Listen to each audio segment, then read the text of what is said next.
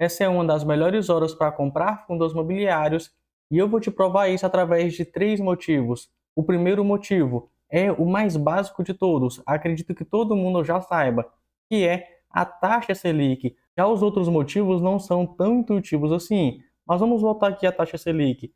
Quando a taxa Selic sobe, os fundos imobiliários caem. Só você ver aqui, ó, no longo prazo, isso sempre vai acontecer. Mas agora, qual é a expectativa da taxa Selic? De acordo com o Boletim Focus, 15% em 2025 e 12,5% em 2026. Ou seja, a gente espera uma taxa Selic nos dois dígitos há muito tempo, né? Por muito tempo.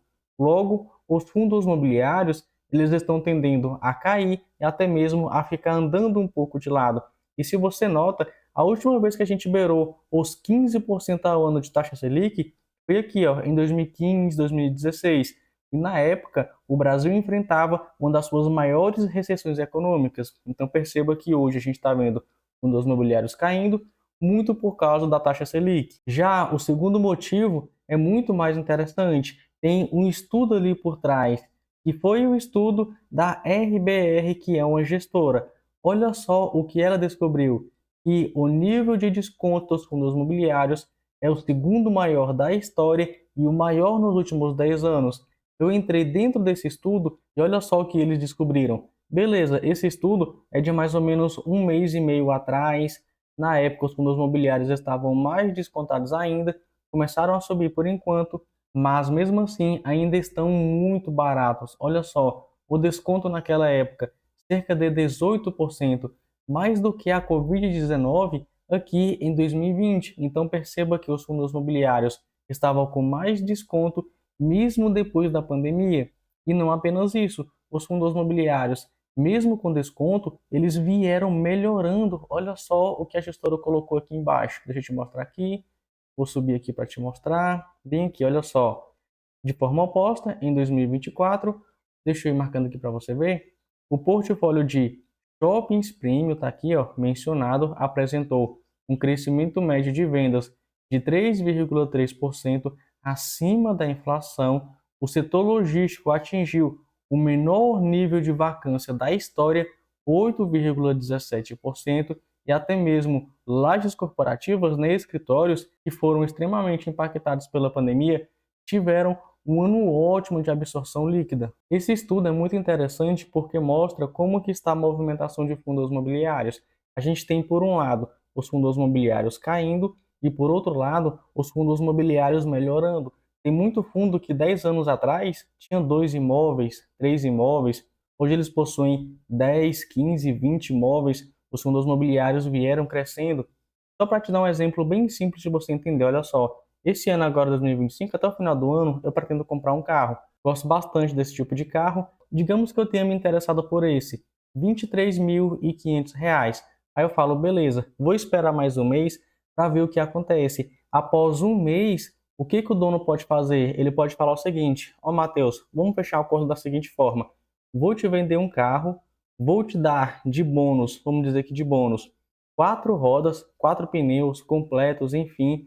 Eu não vou vender por 23.500, eu vou vender por R$ 20.000. Então pode ver que a oferta melhorou e o preço reduziu. É a mesma coisa que está acontecendo com os fundos imobiliários. Mas agora, qual é o terceiro motivo? O terceiro motivo é justamente os estrangeiros, porque os nossos queridos fundos imobiliários estão cada vez mais crescendo, estão cada vez mais chamando a atenção dos gringos.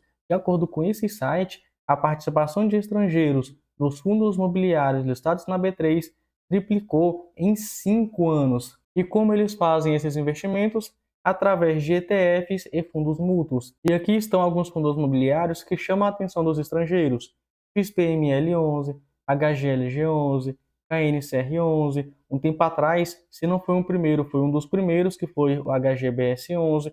O último que eu tenho conhecimento é o TRXF11, mas desde 2023 até agora, os gringos vêm aumentando sua participação em fundos imobiliários. E isso, na minha opinião, mostra duas coisas. Pode ser que os gringos estão considerando um desconto, beleza, mas pode ser também que os fundos imobiliários estejam começando a ser incluídos porque eles cumprem todos os padrões do ETF. Por exemplo, tem que ser um ativo com uma boa liquidez, tem que possuir mais de 30 ativos, tem que ter uma boa gestão. Alguns exemplos, tem que ter mais de 1 bilhão de patrimônio. Então, eles não pegam aquele ativo não necessariamente pela qualidade. Claro, isso faz parte, mas eles possuem um rol de padronização para investir nesse tipo de ativo. Só que essa participação monetária ainda é muito pouca considerando o total de patrimônio dos gringos. Mas mesmo assim, eu vejo com bons olhos porque, primeiro, pode ser que eles estejam vendo uma oportunidade.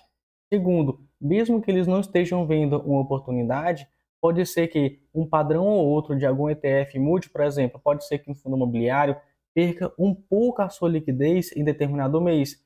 Se for o mês, por exemplo, do rebalanceamento daquele índice, aquele fundo imobiliário simplesmente pode sair do rol por causa disso. Não é necessariamente que o fundo imobiliário ficou ruim.